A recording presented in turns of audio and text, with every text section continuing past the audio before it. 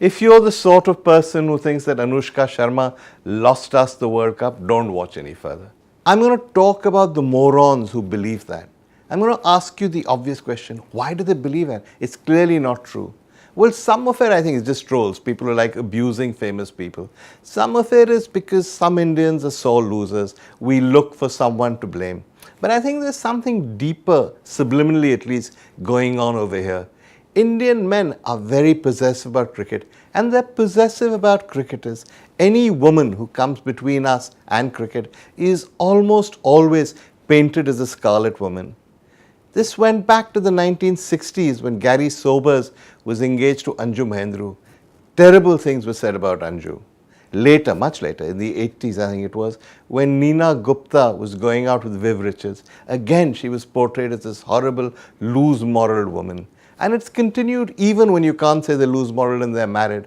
When Tiger Patodi got married to Sharmila Tagore, people should have been thrilled. And they were, but only for about 15 seconds. After that, they blamed Sharmila every time Tiger got out. When Azhar was going out with Sangeeta and later when he married her, it was Sangeeta who was blamed for Azhar's performances. And by the end, you'll remember Azhar wasn't playing very well. The sort of standard joke of the period was Sangeeta calls the stadium, says, "Can I speak to my husband?" They say, "No, Azhar has just gone into bat." And she says, "Well, I'll call back in a little while." And say, "No, hang on. It'll only take a minute. He doesn't stay very long at the crease." I know it's not very funny, but it was typical of the kind of joke that was prevalent during that era. You're seeing the same kind of jokes about Virat. You're seeing the same kind of jokes about Anushka. And the reason is broadly the same. It's this whole almost homoerotic thing about Indian men and cricket, and especially Indian men and cricketers.